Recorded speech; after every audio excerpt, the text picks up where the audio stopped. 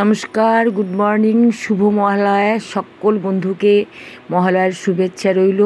Mithu's creation cooking থেকে মিঠু বলছি। আমার অঙ্গনে সকল বন্ধুকে স্বাগত।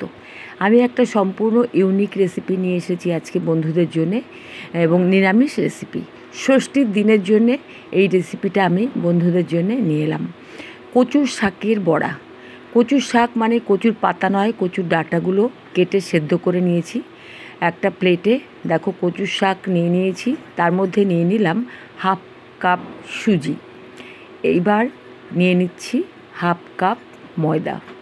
নিয়ে নেব এর মধ্যে নুন, হলুদ, চিনি ও আদা কুচি। কচুর শাকে কিন্তু বেশি মশলা একদম চলবে না, তবে পেঁয়াজ রসুন চলবে। আমি এখানে নিরামিষ করেছি, বন্ধুরা তোমরা পেঁয়াজ রসুন ব্যবহার করতে পারো। দুটো লঙ্কা কুচি দিয়ে দিলাম। ঝালটা এবং নুন মিষ্টি সম্পূর্ণ আপনাদের পছন্দ মতো, আপনাদের টেস্ট অনুযায়ী নেবেন।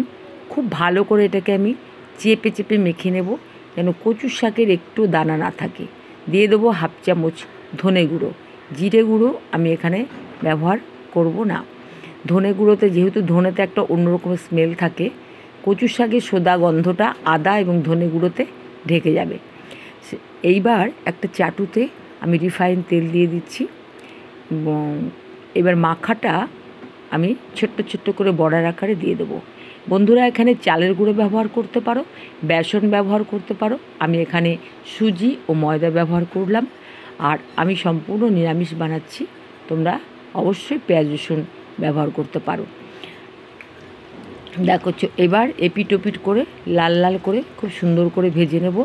ভাতের সঙ্গে কিংবা সম্পূর্ণ সস দিয়ে বিকেলবেলা আপনি জলখাবারে ব্যবহার, এটাকে খুব সুন্দর জলখাবারের জন্য এটা রেসিপিটা খুব পারফেক্ট। তবে গরম ভাতও কিন্তু অসাধারণ। ভাজা লঙ্কার সঙ্গে খেতে হবে। দেখুন আমি ভেঙে দেখাচ্ছি এর ভেতরটা।